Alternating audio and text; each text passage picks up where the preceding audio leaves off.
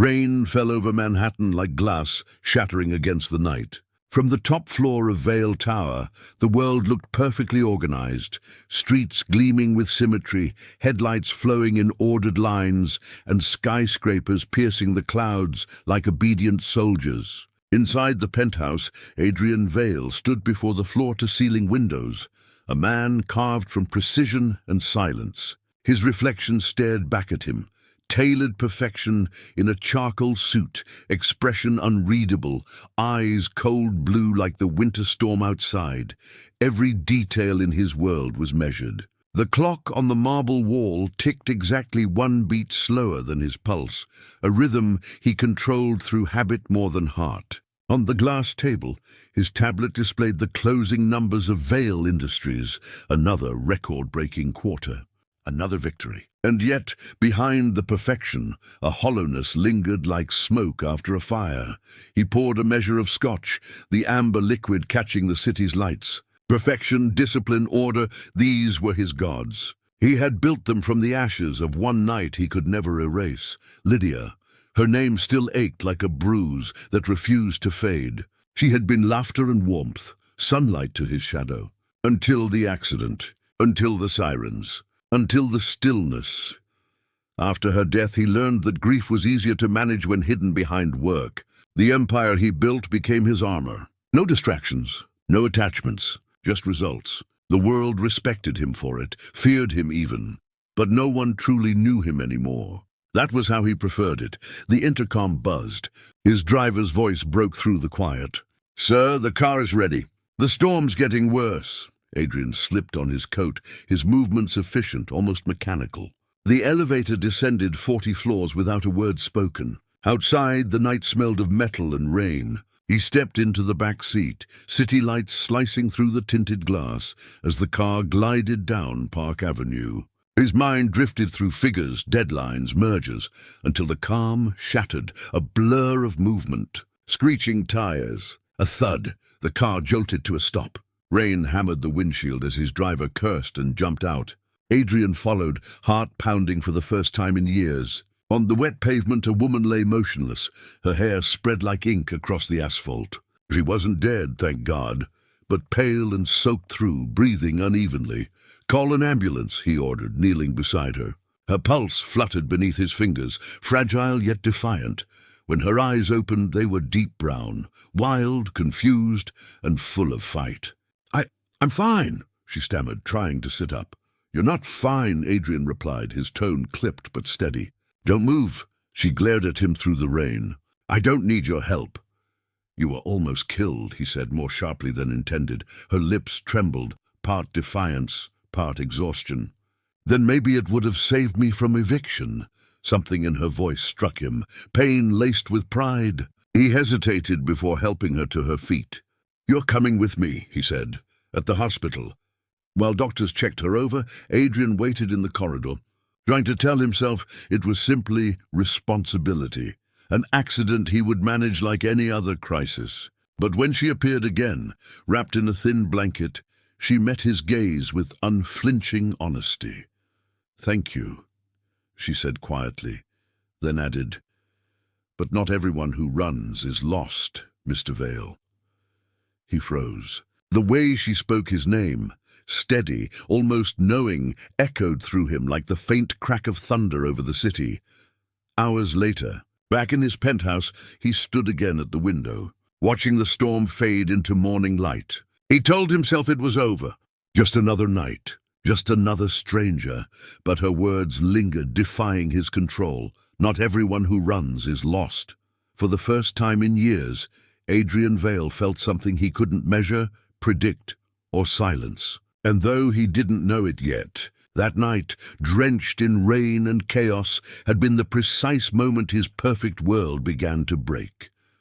Morning light crept through the glass walls of Vale Tower like a secret the night forgot to keep. The storm had passed, but its echo lingered in Adrian's mind. He hadn't slept. Every time he closed his eyes, he saw the woman in the rain, her voice cutting through the chaos, with a calm that refused to leave him. Mara Ellis. He had read her name on the hospital form, but it had already been etched into his thoughts. Long before that, Adrian sat at his desk, surrounded by silence. That used to comfort him, but now felt too still, too heavy. He told himself it was guilt, nothing more. He had done his duty, paid the hospital bills, ensured her safety, and that should have been the end of it. Yet his phone screen glowed with an open search tab. Her name, her profession, a nurse at St. Luke's, recently suspended for standing up against a corrupt hospital donor. He read the report twice. Integrity, reckless courage, and a refusal to bow to power. The kind of woman who could destroy everything he had built without even meaning to. A knock on his office door broke his thoughts. His assistant Daniel stepped in, holding a tablet, his expression uneasy. "You've got 3 back-to-back meetings starting in 15 minutes, and the Hong Kong investors are demanding to move the merger date." Adrian nodded automatically, but Daniel didn't move. "Sir, about last night." "The accident." Adrian's gaze lifted cold, precise. "It's handled." Daniel hesitated. "The nurse you took to the hospital, she refused your financial aid. Said she doesn't want charity from men who cause trouble and then pay to erase it." For a moment, Adrian's expression faltered. "Then handle it," he said quietly. "Find a way to make sure she doesn't fall through the cracks, discreetly." By noon, the city hummed beneath a pale sky, and Mara Ellis stood outside the clinic that had once been her world, now shuttered with foreclosure notices. She clutched her worn satchel tighter and sighed. The landlord had locked her apartment that morning, leaving her with 2 bags and nowhere to go. She hated pity, but hated weakness more. So she walked into a coffee shop, ordered the cheapest drink she could, and opened her laptop, ready to search for any job that didn't ask for perfection. She had only been seated for a few minutes when a stranger approached her table. "Miss Ellis," he said in a polished voice, "Mr. Vale sent me." Her pulse quickened, anger rising. "Tell Mr. Vale I don't need his help." The man set a folder on the table anyway. "It's not charity. It's an offer." That evening in his office, Adrian stared at the rain streaking down the glass, his reflection split between shadow and light. The door opened softly and Daniel stepped in again. "She refused the job, sir. Said she won't work for a man who thinks kindness can be bought." Adrian's jaw clenched. For a long time he said nothing. Then, almost to himself, he murmured, "That woman will ruin my peace." 2 days later, during a board presentation, Adrian's phone buzzed once. A news alert. "Hospital cuts in the Bronx lead to patient deaths. Nurse whistleblower claims corporate cover-up." The accompanying image made his stomach twist. It was Mara standing in front of microphones, defiant, fearless fire in her eyes. The same eyes that had stared up at him through the storm. He should have ignored it. He should have turned off the screen. But instead, he watched the clip 3 times, her voice steady as thunder. "Some lives aren't collateral damage. They're the reason we fight." That night, Adrian Vale did something entirely out of character. He drove through the rain to St. Luke's. He told himself it was business, curiosity, responsibility, anything but what it really was. The need to see her again. He found her in the staff corridor, arguing with the superior, her voice rising with conviction. When she turned and saw him, surprise flashed across her face, followed by suspicion. "You again," she said. "You don't stop easily, do you?" He met her gaze, unflinching. "Neither do you." For the first time in years, the billionaire who controlled everything felt the ground shift beneath his feet. He didn't know it yet, but the woman who refused his money would soon claim the one thing he guarded most carefully, his heart. The night air outside the Vale Foundation shimmered with light as cameras flashed and reporters shouted questions that Adrian ignored. He stepped into his car, expression unreadable, the noise fading behind the tinted glass. Inside the quiet space, he could finally hear his thoughts, and every one of them led back to her. Mara Ellis, the woman who refused him twice yet still managed to occupy every corner of his mind.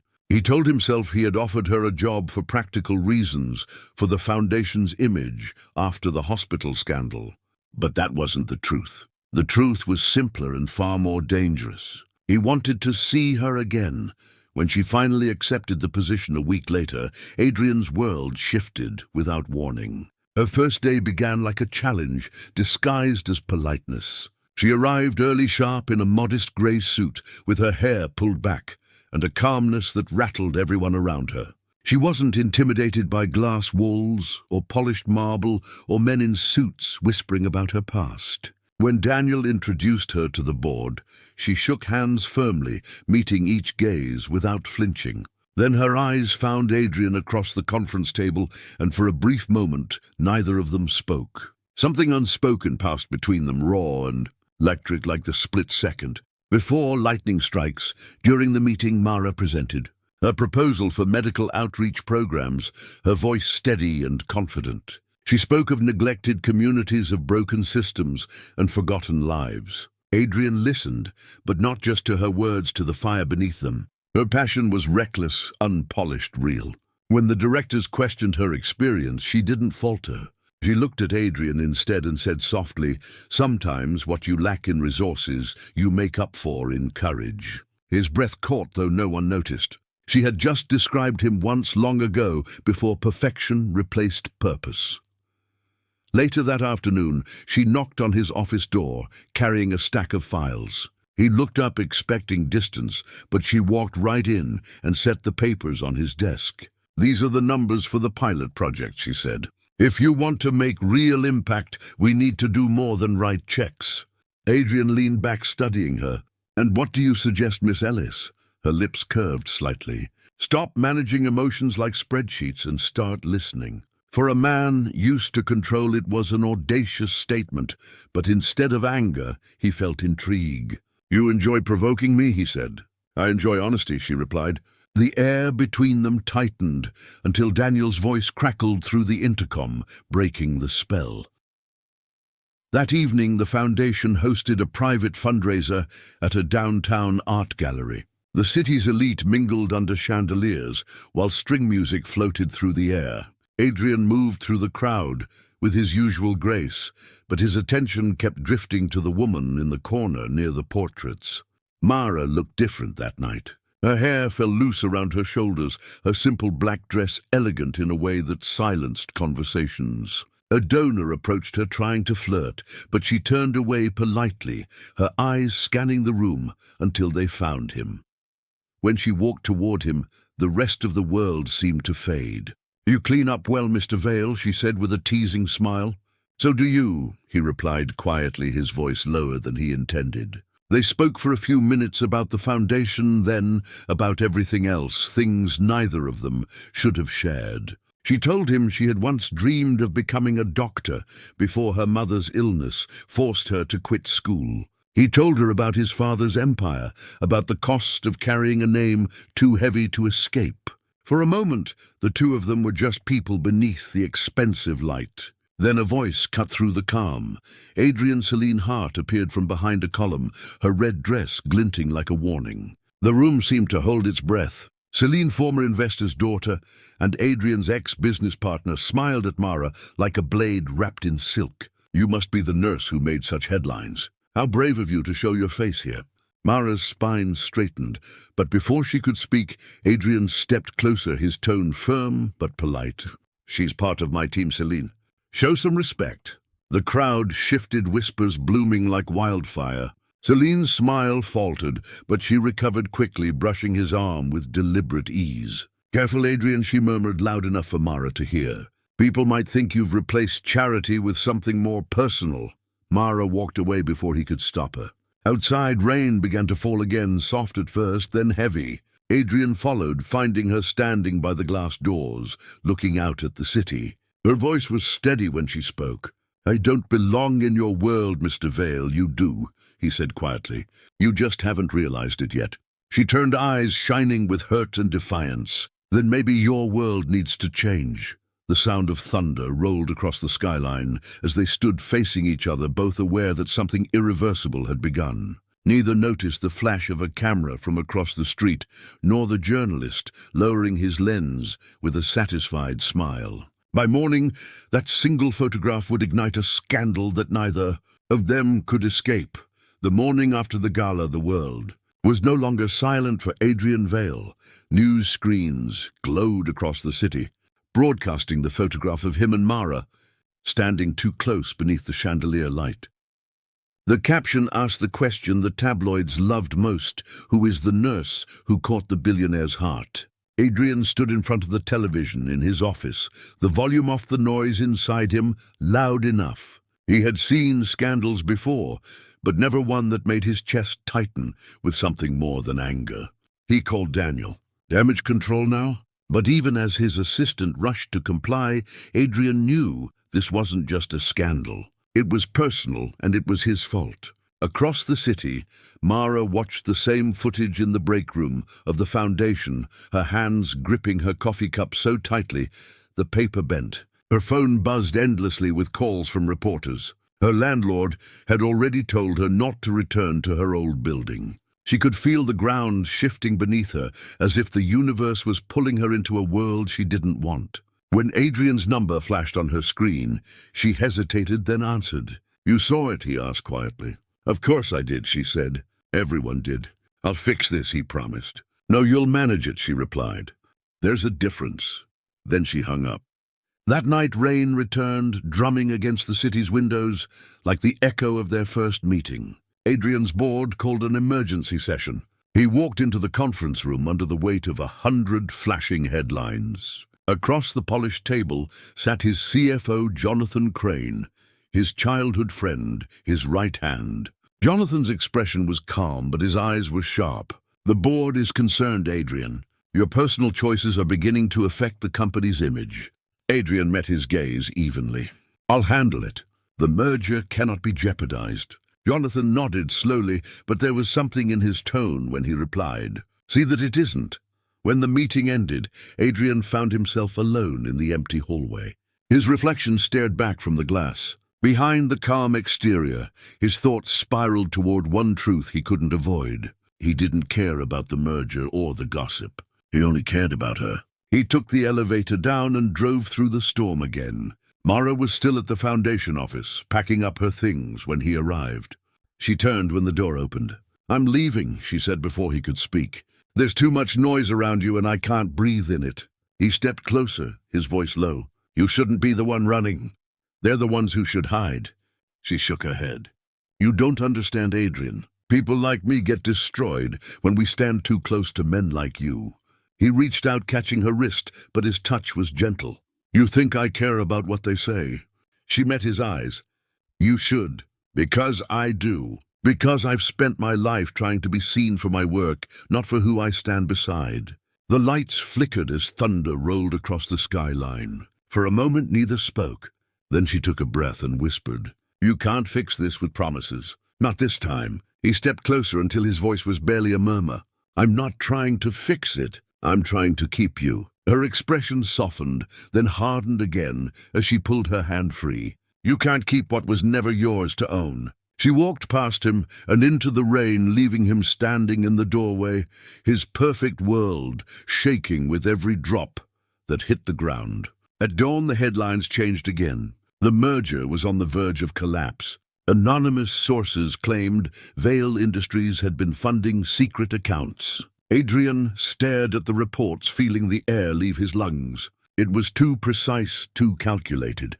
Someone inside had planted this. And as he looked out across the city toward the direction Mara had gone, the truth formed like thunder on the horizon. The woman he loved had become the target, and the man he trusted most was the one who had just aimed the storm at both of them.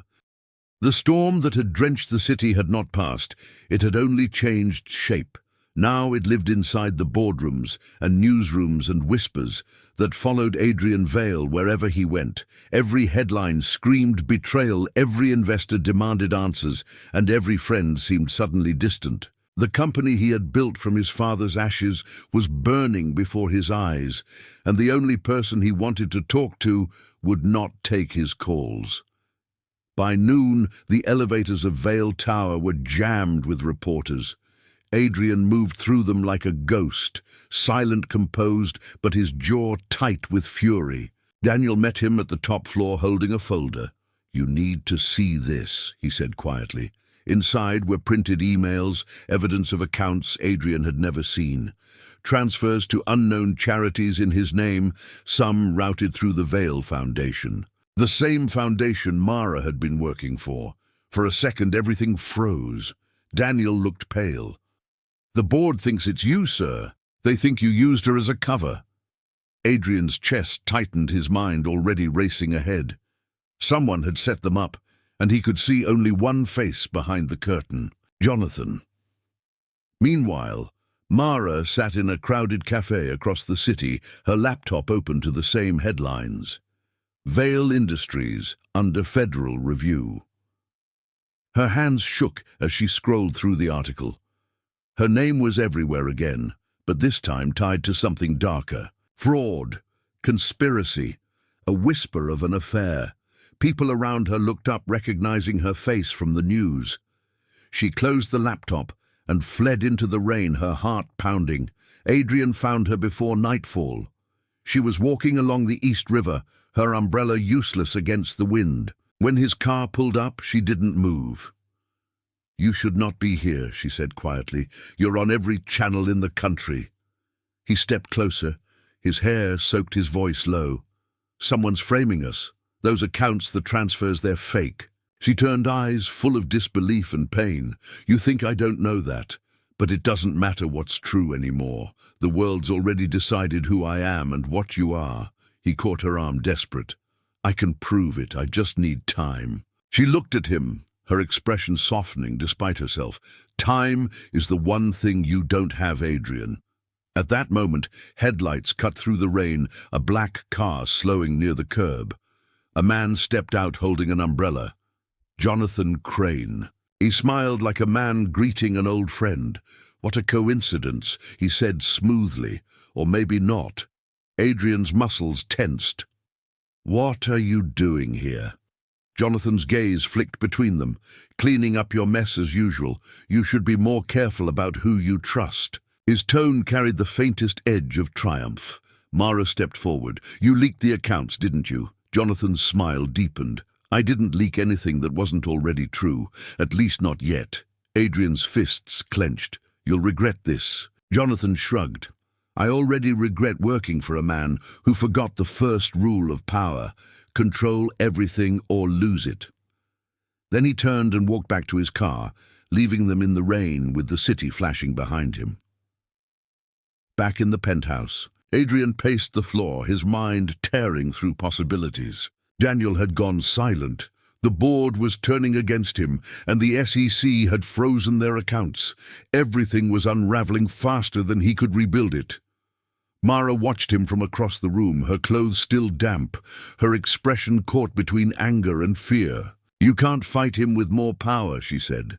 "That's the language he speaks. You have to expose him with truth." He stopped, turning toward her, his eyes sharp with new resolve. "Then help me do it." She hesitated. "You're asking me to risk everything again." He stepped closer.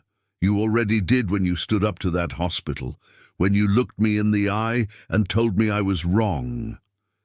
His voice softened. "You're the only person who ever did." The rain outside thickened, turning the city into a mirror of trembling lights. Mara drew a slow breath, then nodded. "I'll help you." "But Adrian," her voice was barely a whisper, "if we do this, there's no going back." He looked at her, then the storm reflected in his eyes. "I don't want to go back." Somewhere across the city, Jonathan raised a glass in his office, watching the same rain hit his windows. He smiled as the news anchor repeated the story of Vale Industries collapsing. The game had only begun, but he didn't know that this time the man he betrayed was willing to lose everything to win it back. And before the week was over, both men would learn that the truth always costs more than the lie that hides it. The next morning, the city woke to chaos. Financial news anchors spoke in panicked tones. Vale Industries stock had fallen 20 points overnight, and federal agents were seen entering the company headquarters.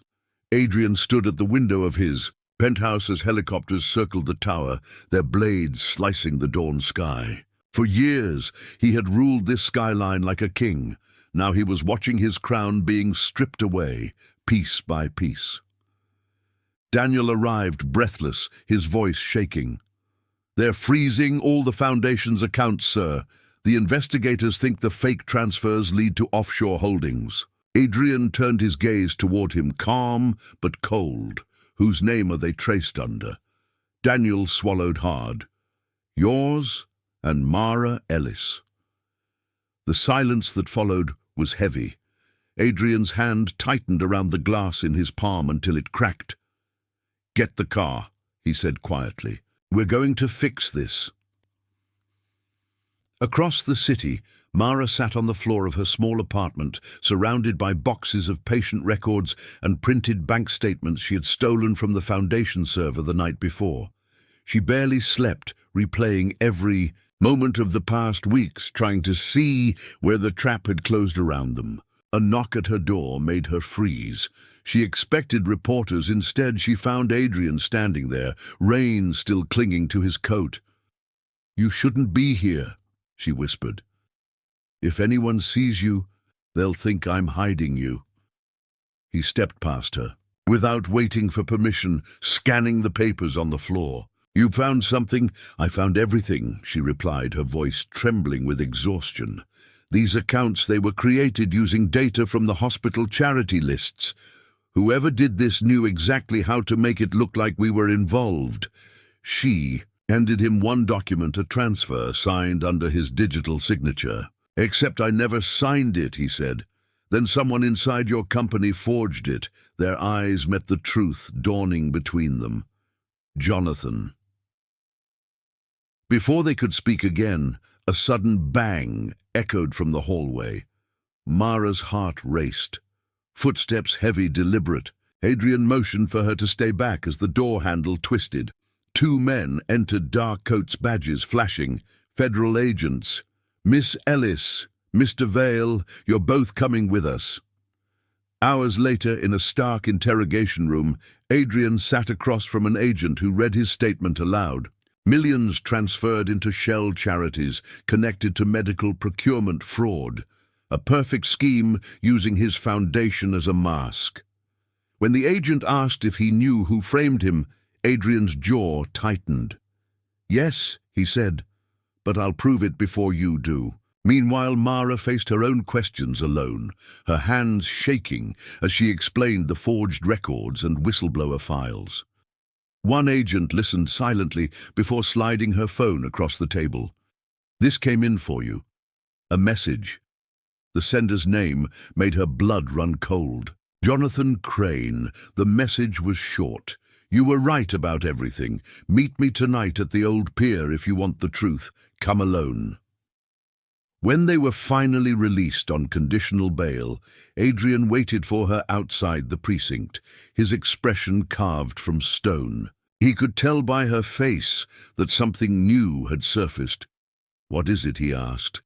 She handed him the phone. "Jonathan wants to meet tonight." Adrian's pulse quickened. "It's a trap."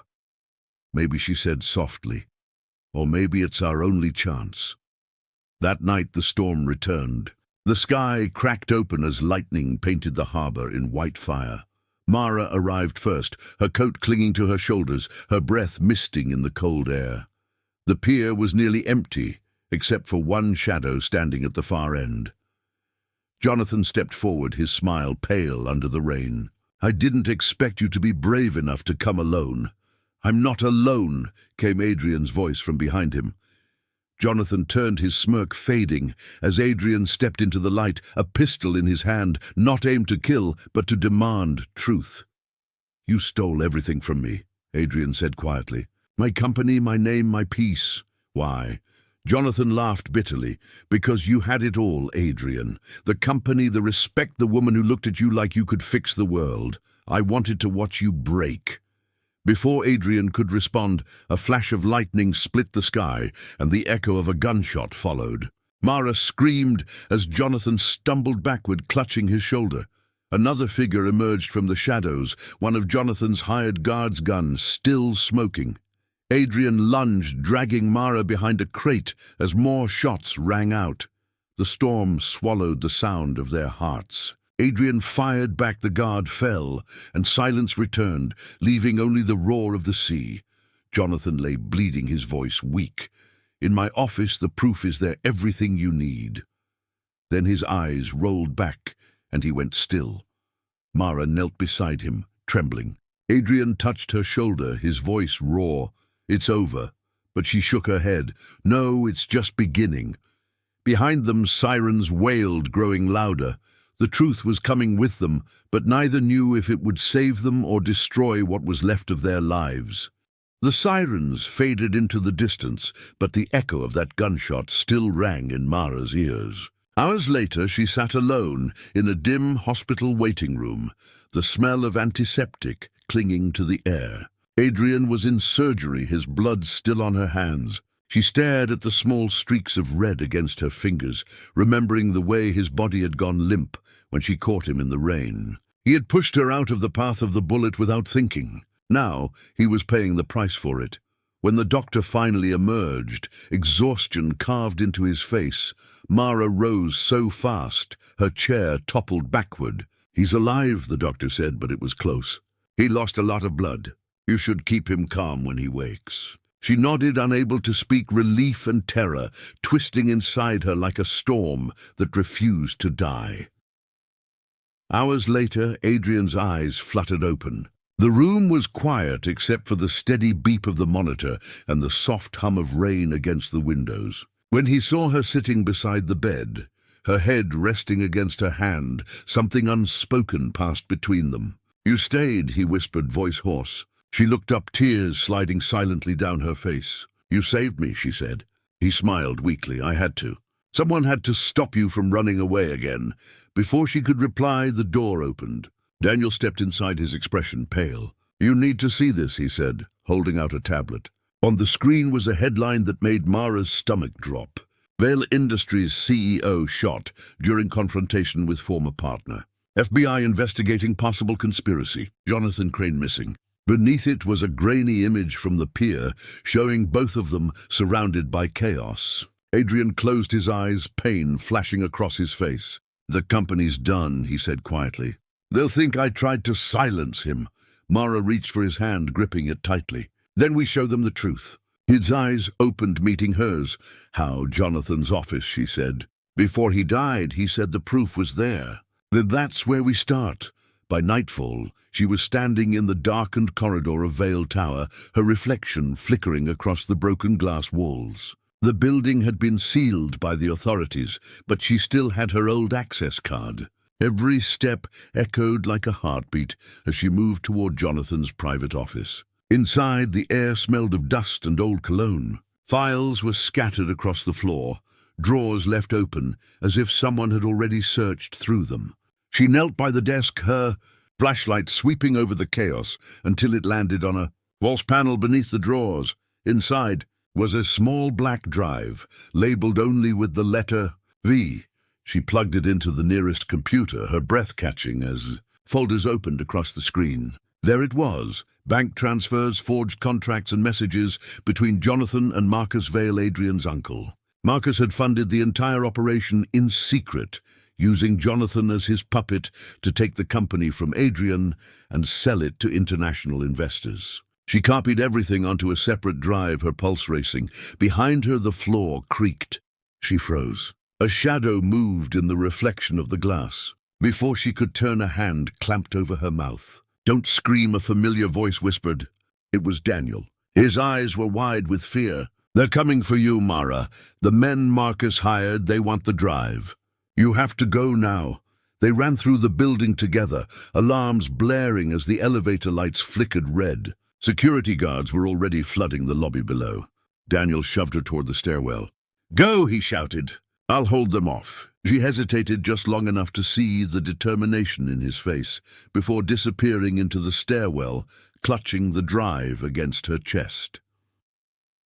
Outside, thunder cracked above the city once more. She ran into the storm, her coat whipping around her like wings, her heart pounding with every step. Behind her, the tower of Vale Industries loomed dark and broken, a monument to greed and betrayal. Ahead of her, somewhere across the city, a man she refused to lose was waiting to wake into a world that finally knew the truth.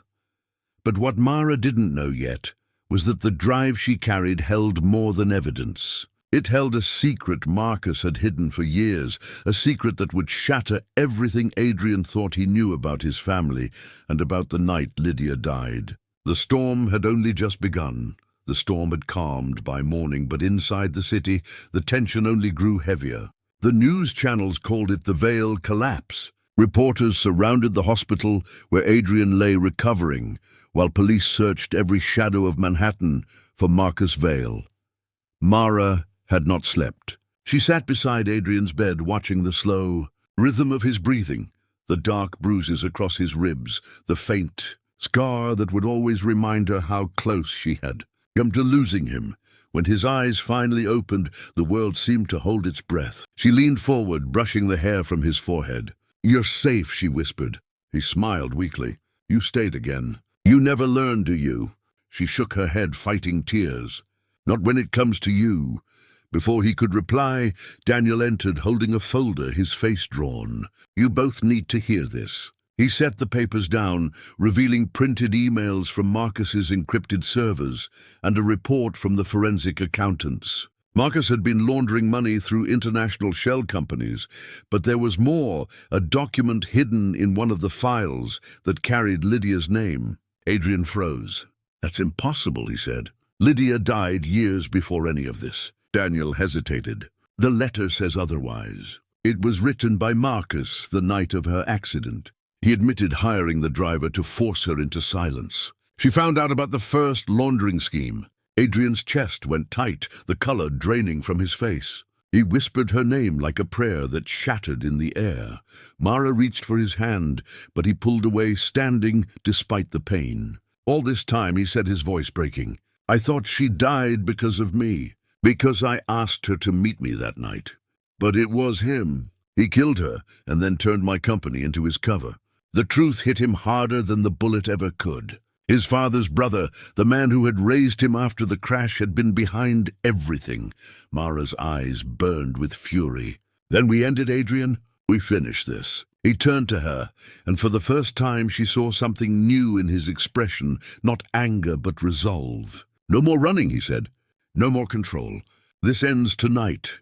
That evening, as the sun fell behind the skyline, the city glowed in restless anticipation. Adrian returned to Vale Tower against his lawyer's advice. He walked through the halls like a man crossing the ruins of his own kingdom. The boardroom lights flickered when he entered, and there, sitting in the shadows, was Marcus Vale.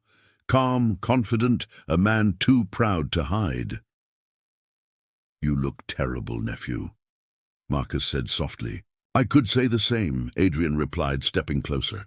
"The police know everything." Marcus laughed, a low, dangerous sound. "They know what I let them know. You've always been predictable, Adrian. You still think truth saves people. In our world, truth destroys them." Mara had followed quietly, standing near the doorway, recording everything on her phone. Adrian didn't look back. He simply said, "I used to believe that too, until I met someone who reminded me that control is just another kind of prison." Marcus's smile faltered. Then his hand moved. The glint of a gun flashed under the light. Before the shot could ring out, Mara shouted his name and lunged forward, hitting Marcus's arm. The gun fired into the ceiling, the blast echoing through the tower. Adrian moved fast, tackling his uncle to the ground as security alarms blared. They struggled, Marcus shouting curses as the gun skidded across the floor. Adrian grabbed it and aimed, but didn't pull the trigger. "You already took one life from me," he said, his voice shaking. "I won't let you take another." Police stormed the room seconds later, dragging Marcus away in handcuffs, while cameras from the street below caught every moment through the glass walls. As he was led past them, Marcus spat bitterly. "You think you've won. The world loves power, Adrian, and you just gave it up." Adrian turned away, his expression calm. "Maybe, but I finally found something worth more." Outside, under the glow of the flashing sirens, Mara stood watching the chaos fade into the distance. Adrian stepped beside her, his hand brushing hers. "It's over," she whispered. He looked at her, the rain catching in his hair. "No," he said quietly. "It's just beginning." Later that night, back at the hospital where it all began, Adrian stood at Lydia's memorial plaque, holding a single white lily. For years he had carried guilt like a shadow, now it felt lighter somehow. He spoke softly, not to the memory, but to himself. You were right, Lydia. Love was never about control. It was about courage. Mara joined him, wrapping her arms around his waist, her head resting against his chest. What happens now? She asked. He smiled faintly, watching the rain streak across the window. Now, he said, we rebuild, not the company, not the empire, but something real. Neither of them saw the figure watching from across the street, a man in a dark coat speaking quietly into a phone. His words carried through the static. It's done. Marcus is gone. But there's one more piece to play. Then he disappeared into the shadows, leaving behind a question that would soon turn peace into another storm. The city was finally quiet again, but silence had never felt this heavy. 2 weeks had passed since Marcus Vale's arrest, and the world was already rewriting the story. The media called Adrian a fallen titan redeemed by truth, while investors whispered that the empire might still rise again. Yet beneath the calm surface, something darker was moving unseen. Adrian sat in his penthouse, surrounded by files from the federal inquiry, trying to rebuild what could be saved. Mara stood by the window, the skyline reflected in her eyes. They had survived betrayal, bullets, and scandal, but the scars ran deeper than either admitted. Every time Adrian closed his eyes, he saw Marcus's face smirking from the back of the police car. He had said one thing before leaving that Adrian could not forget. There's one more piece you never saw. That sentence haunted him like a code he couldn't solve. He told himself it was manipulation, but his instincts refused to rest. Something was still missing. Late that night, Daniel arrived carrying a thick envelope, his face pale. This came from an anonymous source, he said, handing it over. Inside were photographs, copies of security footage from the pier the night of the shooting. One of them made Adrian's blood run cold. Behind the chaos in the distance, a man stood watching, his face blurred by rain. But the shape, the stance, it was familiar. Daniel whispered what Adrian was already thinking. That's your father. Adrian stared at the image, his heart pounding. My father died when I was 10. His plane went down in the Atlantic. Daniel nodded slowly. That's what we were told. But this photo was taken 2 months ago. The room tilted around him. Mara rushed forward, steadying him. Adrian, breathe, she said, but he could barely hear her over the roar in his head. If Marcus wasn't the mastermind, then who was? If his father was alive, what had the last 24 years been built on? The next morning, Adrian received an unmarked message on his private phone. It contained only one sentence. You're not ready to know why she died. Meet me where it began. He knew exactly what it meant. The cliff road outside the city where Lydia's car had gone off the edge years ago. Against Mara's pleas, he went alone, driving through the grey dawn fog. The closer he got, the stronger the unease grew, until he saw a figure standing near the railing coat, whipping in the wind. The man turned, and Adrian froze. The resemblance was unmistakable. Older, thinner, but the same sharp blue eyes. Father. His voice broke as he stepped closer. You're alive. The man nodded slowly, his expression unreadable. Alive, yes, but not innocent. Adrian's voice rose. You faked your death. You let me think I was alone. You let Marcus destroy everything. His father looked away. Marcus didn't destroy it, Adrian. He finished what I started. Adrian's chest went tight. What are you talking about? His father sighed, the sound filled with regret. The empire you inherited was never clean. The charity funds the offshore accounts they began under me. Lydia found out. I tried to warn Marcus to protect you, but he silenced her before I could stop him. The truth hit harder than the wind whipping across the cliff. You knew she was going to die, and you did nothing. I was afraid, his father said quietly. I thought the only way to save you was to vanish, to make you rebuild from nothing. I see now that was cowardice. Adrian stepped back, shaking. All my life I tried to live by your name, to fix your mistakes, to be the man you wanted. His father met his eyes. And now you are, because you chose truth over power. That's more than I ever did. Mara's voice suddenly echoed through the fog, calling his name. She had followed despite his warning, her coat soaked through her face, pale with worry. When she reached him, her gaze shifted between the two men. Is it real? She asked. Adrian nodded slowly. Too real. Before he could say more, a sharp crack split the air. The sound of a rifle. A bullet hit the railing inches from his shoulder. "Get down," he shouted, pulling Mara to the ground. His father staggered, clutching his side blood seeping through his coat. From the trees above, a shadow moved, retreating fast. Adrian pressed his father's wound, panic breaking through his control. "Who did this? Who sent them?" His father's voice trembled. "Someone who still wants the Vale name buried. Find the last account, Adrian. It will tell you everything." Then his hand went limp. Mara's tears mixed with rain as she whispered his name. But Adrian was already staring toward the dark tree line, his jaw set, his eyes burning with fury. Whoever had taken his father's life had just declared war. And this time Adrian Vale wasn't fighting for redemption. He was fighting for revenge. The city's lights blurred through the rain as Adrian drove through the night with Mara beside him, her hand gripping the blood-stained file his father had left behind. Neither of them spoke. The silence between them was heavier than grief. The man who had faked his death to protect his son had died for real this time, and his final words echoed through Adrian's mind like thunder. "Find the last account. It will tell you everything." Hours later, inside the dim glow of his office, Adrian spread the documents across the desk. His movements sharp, precise, every trace of exhaustion buried under raw determination. The files traced a hidden web of accounts leading to one name, only one, that had appeared in every transaction from Marcus to the offshore firms. Celeste Holdings. On paper, it was a dormant investment company, but the address listed was in Geneva, and the director's signature made his breath freeze. It was Jonathan's handwriting, but dated years before the man had ever joined Vale Industries. Mara leaned closer, reading the printout. "He was working for someone long before you met him," she said quietly. "Someone powerful enough to hide behind your uncle and your father." Adrian's gaze hardened. "And now that they're both gone, whoever it is will come for me next."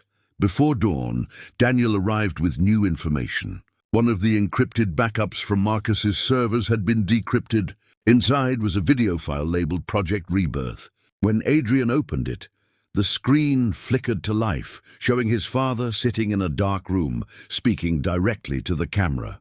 "If you're watching this, son, then the house of lies I built has finally collapsed. The empire wasn't mine. It never was. It belongs to Celeste, the syndicate that financed Vale Industries from the beginning. They own everything, our patents, our board, our lives." Adrian shut the laptop, his jaw tightening.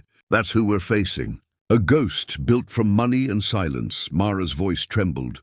"Then we expose them." Adrian shook his head.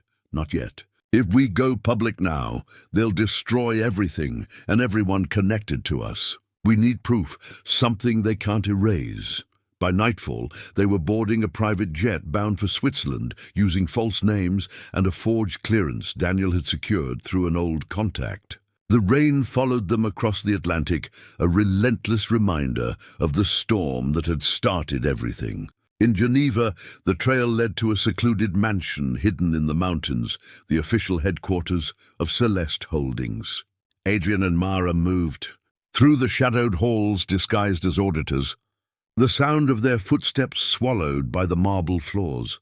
Inside, a vault room beneath the mansion, they found rows of servers, humming like a heartbeat. Mara inserted a stolen drive, connecting it to the main terminal. The screen filled with data, endless columns of numbers and transfers, all pointing to one truth. Celeste wasn't just a company. It was a network of politicians, bankers, and industrialists, laundering money through medical research grants and global aid foundations. If Vale Industries had only been one piece of the machine, Mara whispered the words that hung like a curse. "Your father was just a puppet in a much bigger game." Adrian nodded, his voice low. "Then let's end the game." They copied every file and sent the evidence to the international press network through a secured channel. As they prepared to leave, footsteps echoed behind them.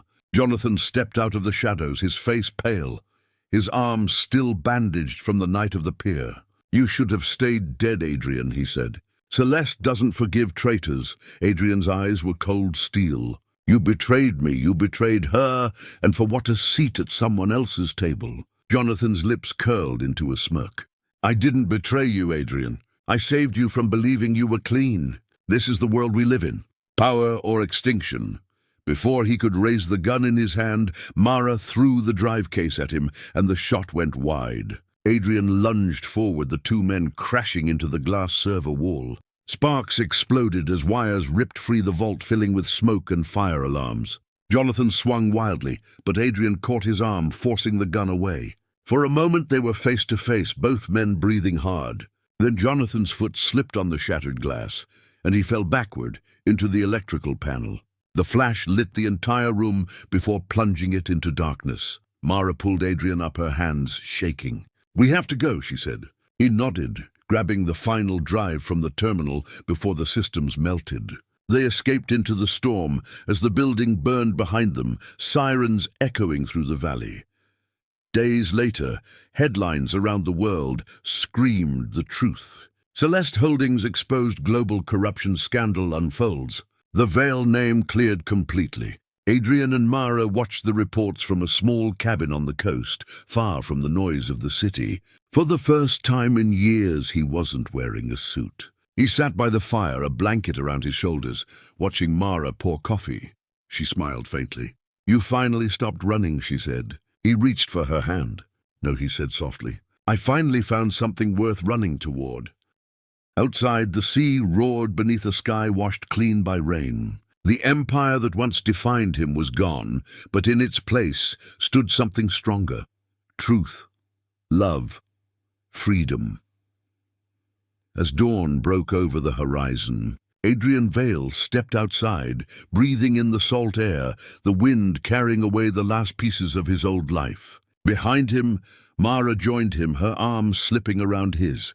The world would remember him as the billionaire who lost everything, to expose the powerful, but she would remember him as the man who learned how to feel again, the man who had traded control for courage and found redemption in the storm. The rain began, again gentle this time, like a promise, and as the first light touched their faces, Mara whispered the same words that had once changed everything. "Stay with me," and this time he did.